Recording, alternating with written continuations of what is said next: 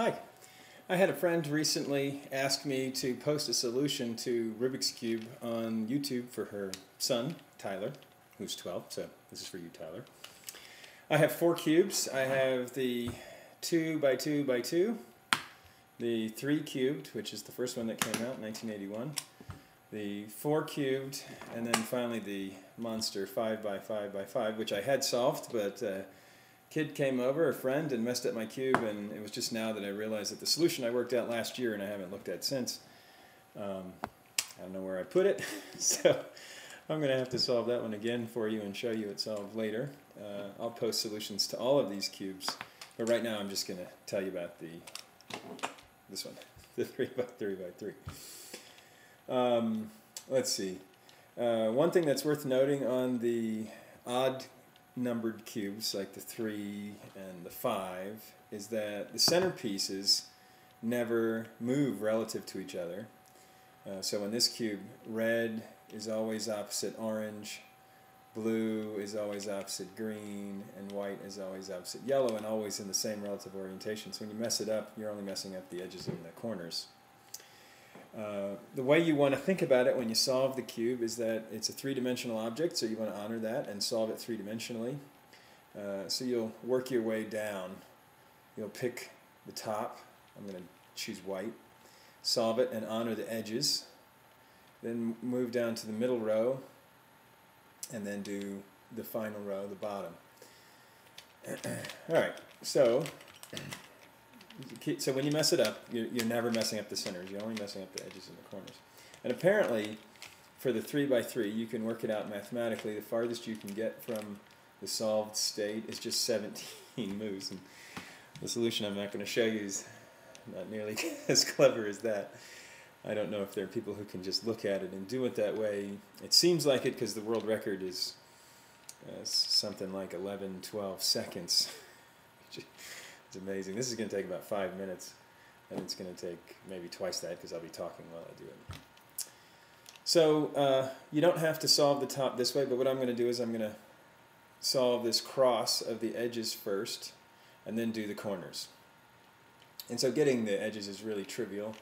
You find one, like is there, and you rotate it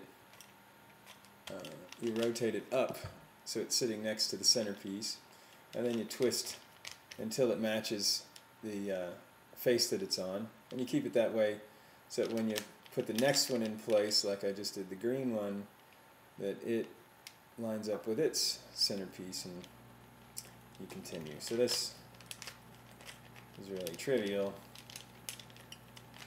Yeah. And so now I have that cross pattern, and they match with all their centerpieces, and now I'm ready to move on to the corners. So the corners, here's one. It's got a white on it. It's white, red, and green. So I'm going to want to put it in this place right here, right in between the red and green and the white, with the white face. I'm going to come around behind the camera so you can see the same orientation that I see. And so the way I'm going to do that is kind of like you're backing in a truck. You rotate this down, rotate this piece over to match and up, and you're good to go.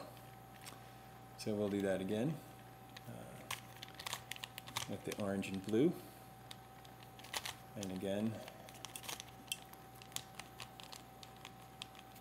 Oops, that's the wrong place. There it is. Green and orange, and then finally with the blue and red. So now I have the top done and all the edges.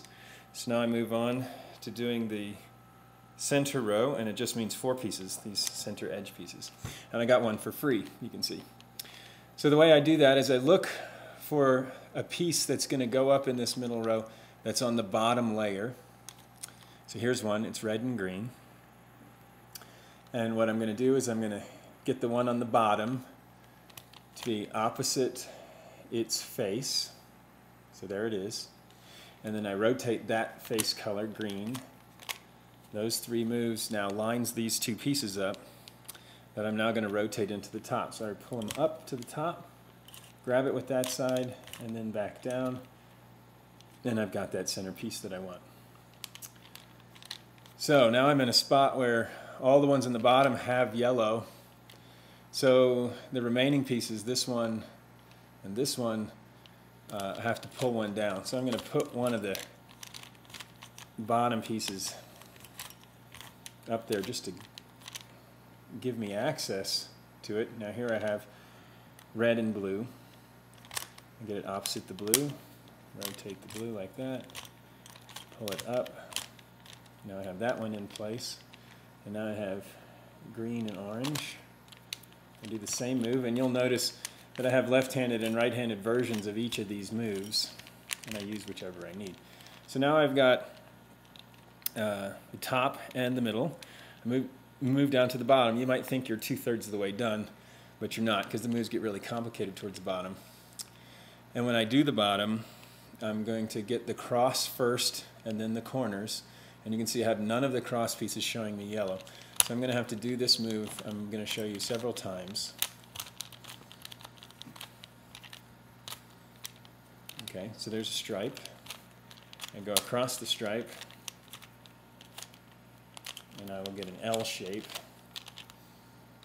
of yellow.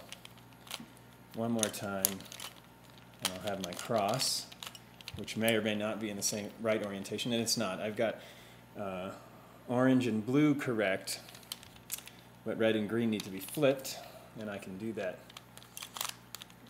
with this move.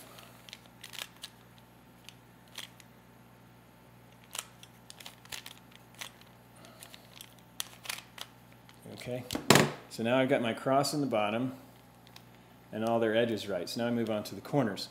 So the move I'm going to do now, it can switch 3 corners, either clockwise or counterclockwise, depending on which version I do of that move. And let me see if any of these will put it in the right place. Yeah, this move is going to put this piece right in the right place with the right orientation.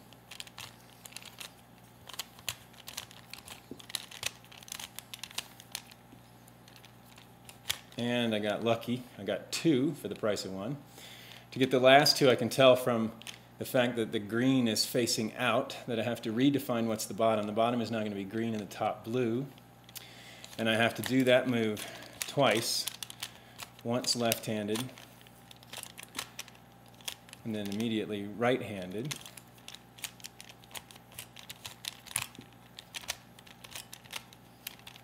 And I get the cube soft that way.